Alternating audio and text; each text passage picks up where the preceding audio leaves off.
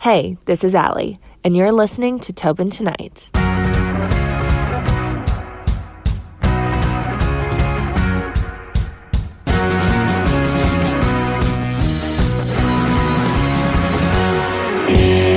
Welcome to the podcast, Alee. First thing I'm going to say is that I have heard The Springtime. It's your latest song that's came out in the last few weeks. But it's doing well, and I think that's what you want to achieve. It'd be really bad if we started this interview with saying, Springtime. And it was a miss, and you just... It's the worst thing you've ever put out, and it's doing horrible, and no one's listening to it. Yeah. That's how I feel with podcast episodes. When one of my friends will be like, "I've never heard this episode. Is that your recent one?" I'm like, "Yes, it's my recent one." They'll be like, "Oh man, your old ones were better." I'm like, "Don't subscribe. Don't listen to me." But yeah, let's take me through this, because I've seen Moonshine did really well. That kind of got you radio play as well. No One Like You, that's the one that got me kind of interested in interviewing you, because it came up on Instagram. And shout out to your PR team, or if it's just you doing this, then kudos to you, because it's getting attention. Oh, amazing. Well, thank you. I mean, it's been years of releasing music and making music. I started really being a part of music from an early age when my parents put me into piano lessons. And I had a very, very strict teacher who would kind of force me to play hands together and learn to read music hands together from the very beginning. And I would cry like every single week. It was a whole ordeal that my poor parents had to go through, but it was that tough learning and beginning into music that really gave me those like basic skills that I needed very early on, to the extent where I could read anything music wise. And by the time I was like 7 years old, my piano teacher could put anything in front of me and I could play it. So that's kind of where things started. I did the choir thing. I was a dancer, so I was like always on stage and just around music. And then started writing poetry, as I feel like we all kind of do in that like grade 3, 4 situation, and then started turning them into songs. And that was so long ago now, but it's crazy to think that that was the beginning of what kind of turned into a really long music career already. I started recording my first album independently in 2010. And that included songs that I wrote like when I was 15. And then one of those songs, Don't Say You Love Me, ended up being my first top 25 single as an independent artist. That kind of got me some record label attention. I ended up signing my first deal. That was what brought you kind of Moonshine and a bunch of other songs. We had a full record. And then it was just to the point where music was kind of taking me some other places. So decided to kind of wrap that up and made the move to Nashville and have a home base out here that's a little easier to travel back to, at least from Edmonton. I'm originally from Edmonton. But yeah, exactly. The prairies, and that's the thing. I grew up with so much music, but country kind of eventually found its way back to me. So it's really neat being in Nashville a bit more full time now and making a full record. I mean, I was moving away from home for the very first time, moving away from my family. I was still living at home at that point. So it was just like a whole bunch of new emotions in terms of like finding new friends and being in a new place. And that felt like the perfect timing to write a new record. So it's been 2 years now, 2 years just a couple days ago. So it's crazy to see how quick time flies, but that's the new record, which includes No One Like You, which is just the last radio single here, and The Springtime, which is just a couple weeks old now. So it's super exciting. So like I know everyone has their like process of, you know, where they first started and when they made it. Like, again, I can say this because I assure you that you might have heard of it, especially if you're Canadian, but Much Music used to have this thing called Before They Were Famous or Before They Were Stars.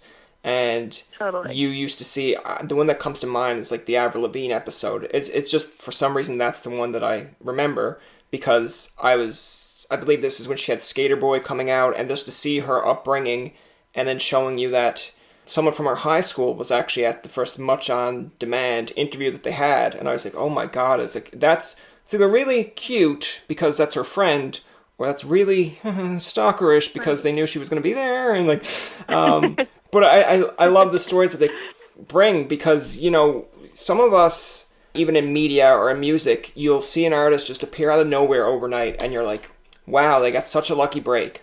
And then you think about it, and then when you read their stories or hear an interview, you're like, oh wow, like, okay, that's a lot of struggle that they went through, or a lot of things that we didn't see. Like, Right. for me, I used to listen to, well, I still do, but like Dan and Shay to me came out of nowhere. But when you hear a story of like, okay, this was a long process, I'm like, Right. no one understands the process until you actually get to the point that they're like, now I notice you. Right. Well, and I think the biggest thing is, like you talk about that big break. And the craziest part for me over the years is like feeling that things are getting bigger, but then you also realize that there's so many moments that are those little breaks, and it's been fun to find fans in a bunch of those peaks amongst the way and have them kind of stick around for the journey too. So it's cool because like I was talking to a friend the other day about Taylor Swift, two girls who both remember seeing Taylor when she was like very like new to the scene. No one really knew about her.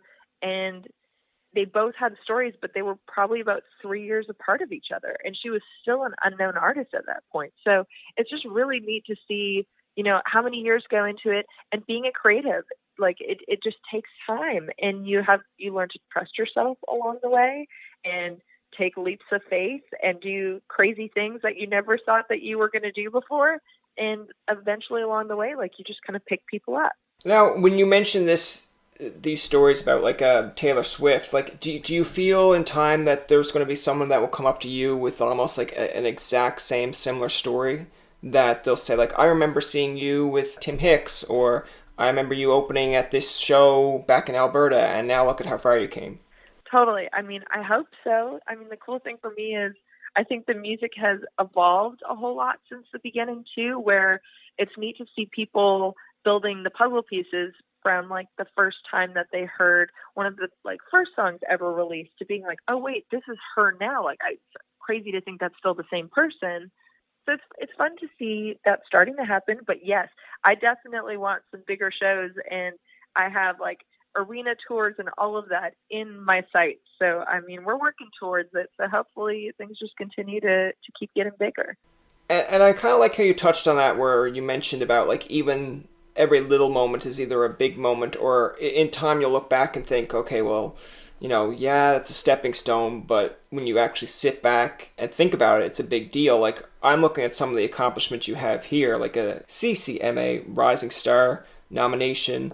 So I'm sure when you first got that, you were thinking, okay, we're doing a stepping stone. And then the release of Bad Habits, and it had 3.5 million streams. So you're like, okay, we're moving up the ladder. Right. And then when Moonshine did well, #1 female single on Canadian country radio, I mean, when you had to hear your song for the first time playing, you probably thought, okay, we've made it. We've actually got some radio play here. Right. And then you learn how hard it is to climb the charts and to have timing line up for you, and all the stations jump on, and you just like have the appreciation for, I mean, as much as I love like driving through Edmonton, my hometown, and hearing it on like our big radio station, it's so cool to be in the middle of nowhere and turn on the radio, and like all of a sudden your song comes on. So as much as like I know a lot of people are all about, you know, the big stations which help you get your charting numbers, every single station counts, whether that's, you know, online streaming, radio wise, your TV streaming. Like there's just like so many different outlets now, and it's just so cool to know that like at any given moment anyone could be listening to your song.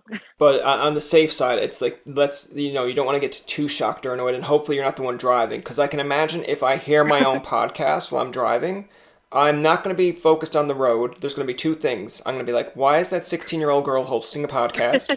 And number two, I'm going to be like, that's how I sound. And then next month, they'll be like, Brian, keep your eyes on the road. And I'll be like, I can't. I'm too distracted by the fact that I sound bad on radio. You have such a cool voice. Can I also just mention that? Like, it was so fun. When you got in touch with me, I just kind of started listening to some podcasts. And that's the coolest thing, because I feel like the more you reach out to people, the more like the word kind of spreads. But oh my gosh, I was like, I love his voice so much. You've just got such a cool radio podcast voice in general, and that's not something you can just randomly learn one day. It's all natural, and I love that. Oh no, it's definitely something you learn. Hold on, let me put on my actual voice.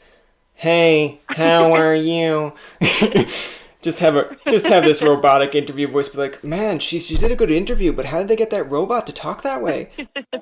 In your bio, it says you were 5'10". I'm like, why does that matter? She could be like 3 foot something. She could be 3 apples tall. She's singing music. Why does that make me interested in knowing how tall she is? If anything, for someone like myself, that's just probably 6 foot, I'm a little bit more intimidated now to walk up and be like, can you get a picture with her? I'm like, no, she's about my height. Totally. Well, now you know you can find me in a grocery store if you're ever lost and looking. I think the biggest thing for us is like, I'm just like the weird one out in country music, where I feel like a lot of the girls are like, you know, in and around like 5'3", 5'4", and all blondes. You know, like I'm just like literally the black sheep out of the whole entire group, where it's just like we're kind of rolling with the punches right now. Even before you mentioned that, I was going to say to you, some of the country artists that I think of that were blonde and small, like I don't know their height per se, but like when I think country music, you got Carrie Underwood, Kelsey Ballerini, and these are blondes. And then like when you mentioned about the other side of things, I'm like, I was going to use the example to your defense as Marion Morris, but then I'm like, no, she's pretty short. Right. Yes. No, for sure. I mean, and nothing against that. Like, I mean, I feel like I went through a childhood where I was like, I wish I was so much shorter. Now when I still go shopping for jeans, I'm like, if I could just like chop a few inches off of my legs, it would make my life so much easier. But I think that's just been the whole thing. Is it's tough in the world right now too, being especially during a time where we're not really leaving our homes or going to shows or anything like that, trying to let people know what I look like and all of these kinds of things so they can envision that we're in person together. So, I mean, I feel like that's always the easiest way for me to define myself. I'm brunette and I'm tall, and that's what we've got. Well, I mean, to kind of butter you up here and make this interview go really smoothly, I think there's more to it than just brunette and tall. Like, I've seen some pictures. I think you're pretty stunning there.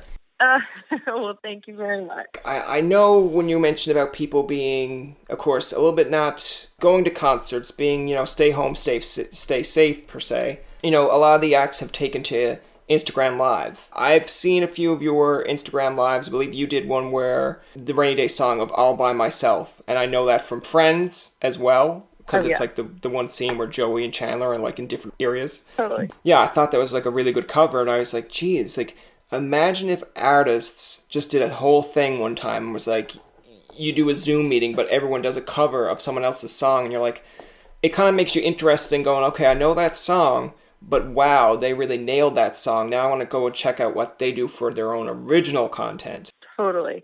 Well, and I think some of the coolest stuff, especially opening up with streaming now, has been the ability where you find a lot of artists who are releasing covers, and that's been on my list of things to do.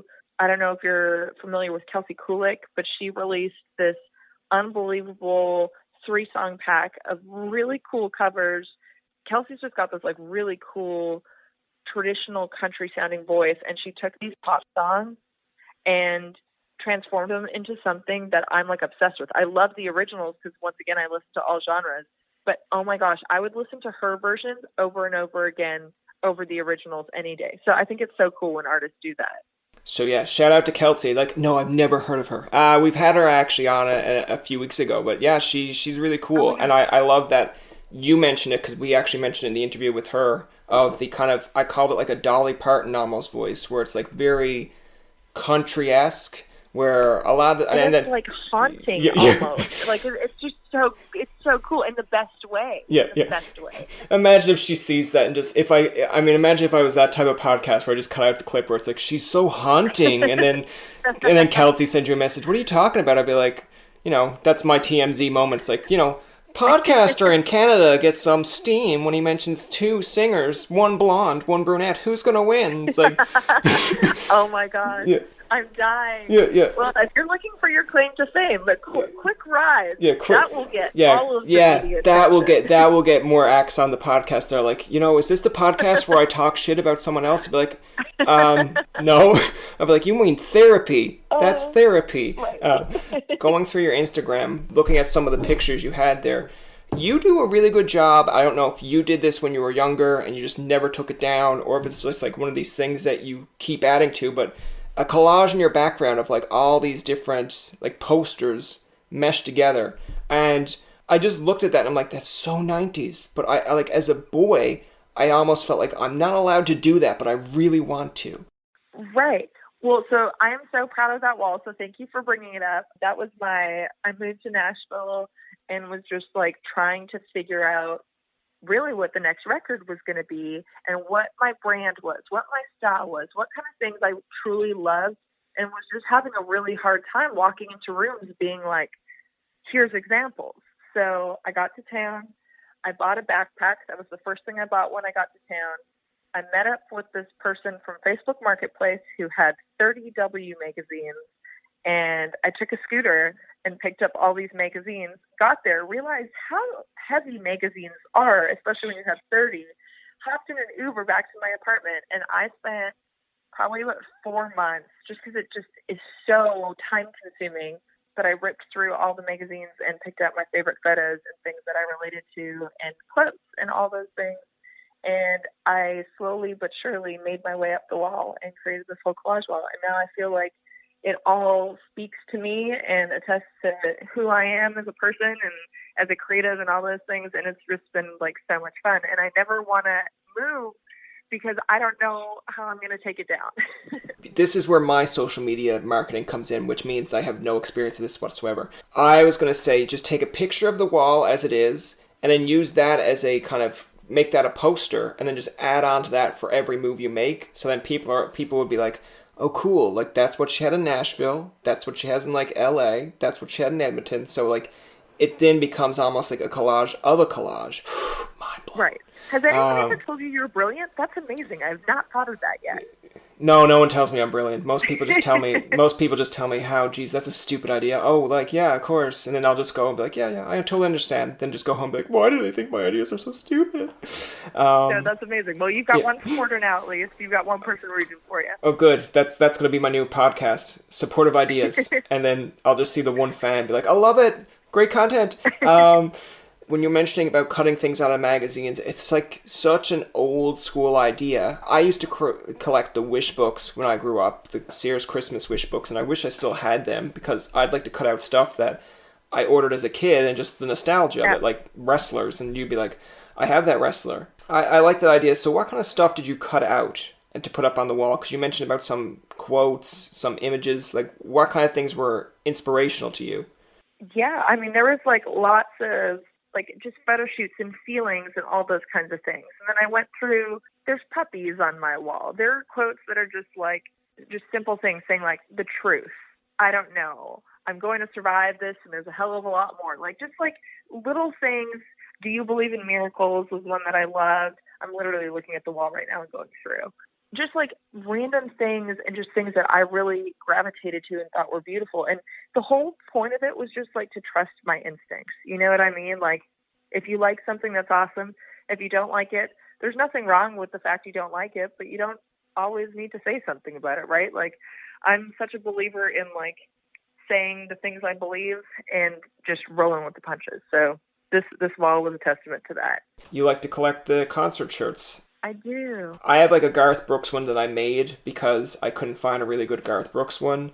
I have like a Michelle Branch one because I just, you know, I'm so jealous of that. Yeah, I just loved Michelle Branch growing up. And you know, I seen it on eBay when I was like maybe 22. And I was like, yeah, I'll buy it just for nostalgia. I've got an Oasis one. But that's basically the you have a good collection. Yeah, and then the one that I really wanted, but I just decided against it after, was I was going to get a Shania Twain one, like I think it was Up, but in my mind I'm like, I already have a Michelle Branch one. I'm like, yeah, I like Shania, right. But how many times am I going to go to school and someone's like, hey, that's that guy that wears all the girl-female shirts, and I'm like, dude, these acts are great. They are, and it's funny you bring up Shania because I feel like that is my most valuable shirt out of my collection. Based on the fact I went to the show, I don't remember how young I was, but I went to the Up tour. It was my mom, my sister, and I really badly wanted a T-shirt. And they were pricey, and tickets to the show were also pricey. So my mom was like, "You're fine without a shirt. It's all good." So, being the person that I am, my parents raised me on going to see music, and my whole thing was like, I always need to have the shirt. And we left without the shirt, very disappointed, young child.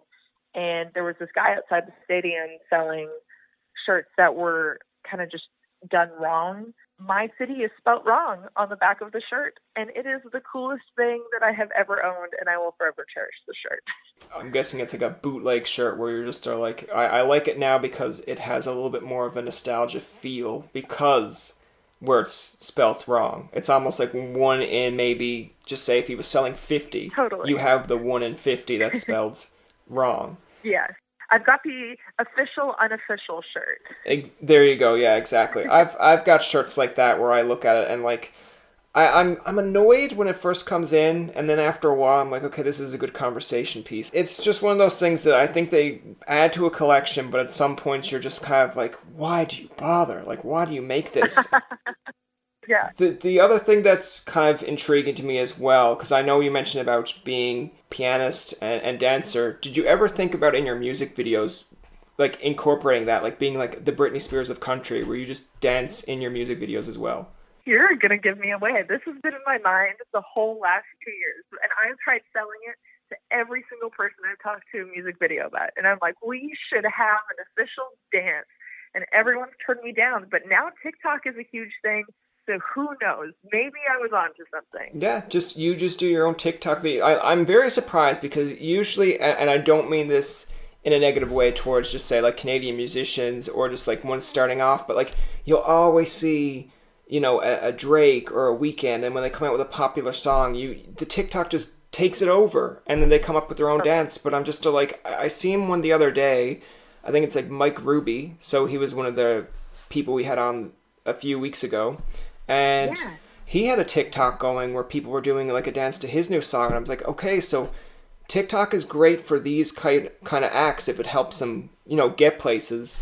But I have a bittersweet relationship with TikTok because I hated Vine, and TikTok to me is just like a Vine where you might have your 5 or 10 seconds of fame, and then people are like, yeah, I remembered that girl in that video for like 5 seconds, and now I don't know who she was.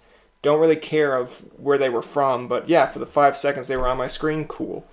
Totally, and we loved it, and that was it. And honestly, I've been so iffy about the TikTok thing, and then I feel like quarantine kind of got the best of me, and I was like, we'll give it a go. And like, I'm really bad at making videos for it, but man, I could sit on there for hours and not realize I'm sitting on there for hours, just like scrolling. And I needed to stop myself. So we're kind of off the TikTok train for a hot minute. Well, that's what I call my bad habit, pun intended there, with Facebook. It's like, I'll go on Facebook and I'll be like, okay, got to update this for the podcast. And then I'll see a video. And it will just be like something either that I did. And I'm like, okay, I just want to make sure it sounds fine. And then I'll scroll Facebook and it will go from watching like Avril Lavigne back in 2002 where here's a new artist that you might like. And I'm like, okay, this song's cool. Okay, let me contact them. And then like an hour later, it's like, watching SpongeBob. I'm like, how did I get from uploading my own stuff to, right, contacting an act about an interview to SpongeBob? And then it's like trying to find the trail of what happened here. Oh, you don't have to explain it to me. I do like all of my own creative on my end. So I just love like scrolling through and getting, ideas and inspiration from other people. And then, it'll be like, once again, hours later, and I'm like, okay, well, there's my entire day, but it's been great. We're at a point in time where we can spend as much time as we want. With these songs that you were coming out with No One Like You and Springtime, what's like your end goal, and what was kind of the thought process in these songs? Well, this whole record kind of started off from, once again, redefining and clarifying what my voice and my sound was and all the things that I loved in music form for the fans for the new record. But then on top of it, I've never really done, I've done a bunch of one-off shows, but we've never done a full-blown tour. And my whole thing was that I love creating the show. I love visuals. I love intro pieces. I love all of the things that come with having a live show. So I really wanted to build this record based on how I could see the show moving, how I could see movement in the show, how I wanted the fans to react to certain things. So this record kind of started that whole thought process of, if I went to a show, what are songs that I would want to sing along to? And what are things that I would want to see happen during that show? So that's the plan for the record at this point. I've been slowly shooting things out to the world. I feel like things have taken a little longer than I planned for, but I'm a very detail-oriented human being, and I have a really tough time putting things out to the world before I feel like they're like, at least they don't need to be totally perfect, but they just need to feel right in terms of the artistry and what I hear in it. So the record's just about done, which is crazy to me because it's been 2 years really of writing songs and finding people that I wanted to work with and collaborate with on this one. And we're so close now. And putting out the Springtime here a couple weeks ago, that felt so awesome to have another one off the track, but I'm just like continuing to like try and finish up the rest of it because I'm just so excited. It seems like you have a very, if you weren't in music, and I feel like this might be your career post-music, but it seems like you have a very eye to detail of what you wanted to achieve in a song or what you want the fans to experience. So I feel like there's a little bit of a production kind of background there with you. And maybe that's involved with like the whole dancing too, because with dancing or being a dancer, there's like choreography. So I can see where that background comes into play. The other thing that I was going to mention there is if you ever look for a tagline for the album or for like, it's not the greatest of taglines, but it could almost be like a fan's perspective of music, because it seems like that's the approach you were taking when you mentioned about what songs do fans want to sing along to, what kind of reaction do I want to get out of people listening to this song. And I can definitely tell that in certain songs, like pop and it's upbeat. I'm like, okay, there's a catchy part of this, and she knows that this is the catchy part. And then you have other acts that will definitely, nothing wrong with it again, just sing songs and then they become catchy on their own. But I like that you actually expanded into thinking, okay, like, what is the fans' take on this? Because some people just don't. Right. Well, and I think the toughest part is being in country music right now. I don't want to say as a female because that's always kind of been a little tougher, but I feel like the good stuff stands out still. But I think the toughest part in country right now is that there's so many different like subgenres in the country community. So you've got the classic country and the traditional side, which I still love and appreciate so much. You've got the bluegrass side, you've got, the pop side, you've got the rock side, and like country itself has like really expanded into like, I feel like one of the oddest genres in the best way, because fans can just like click shuffle on any given playlist or radio station and hear so many really interesting and different things. I don't think it gets boring all too quick unless you're listening to like one specific kind of like bro country thing over and over and over again.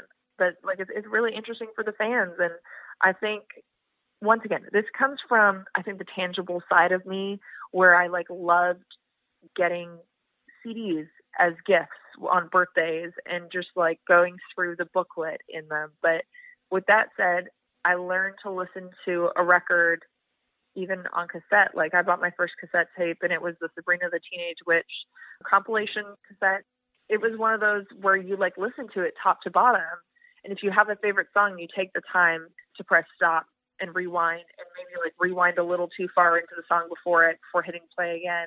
And like listening to music, it was an experience at that point. And creating a record, I wanted something that would play really cool from the first song to the last song. So I spend especially extra time going through and like listening to the lineup of songs and seeing if things flow properly from one to the next and like all of those different things. Or does it tell a story? I love music. I love creating things so much, and I have like such a huge passion for it. And I know that a lot of people don't pick up the little details, but it's cool when people do. It's kind of like Taylor Swift's Easter egg hunt stuff.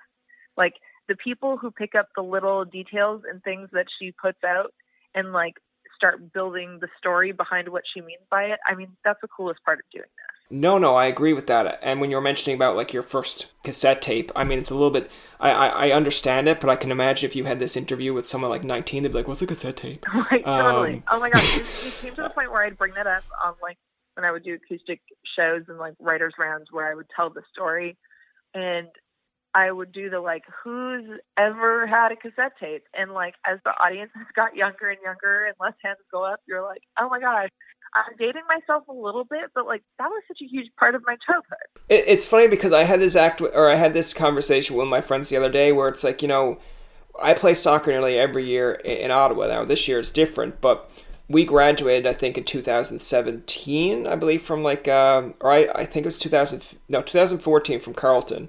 But yet we were a part of this alumni association, so we're allowed to go back every year, play soccer, and enroll in the program. So I noticed over the years, I'd always make the same joke to like the opposition team. I was like, I grew up on the Backstreet Boys. I remember having their first CD, blah, blah, blah, blah, blah. And I noticed with each passing year, the joke kind of got a little bit less funny or a little bit less over, because you'd have the younger crowd that are just starting at Carleton that are doing this for like a summer just play sport. And I'd be like, I remember Backstreet Boys. I remember like Shape of You. They'd be like, on Spotify? I'd be like, no, I had it on like CD. They'd be like, what's a CD? I'm like, right. I'm like, Colin, we have to get out of here. Like ASAP. Yeah.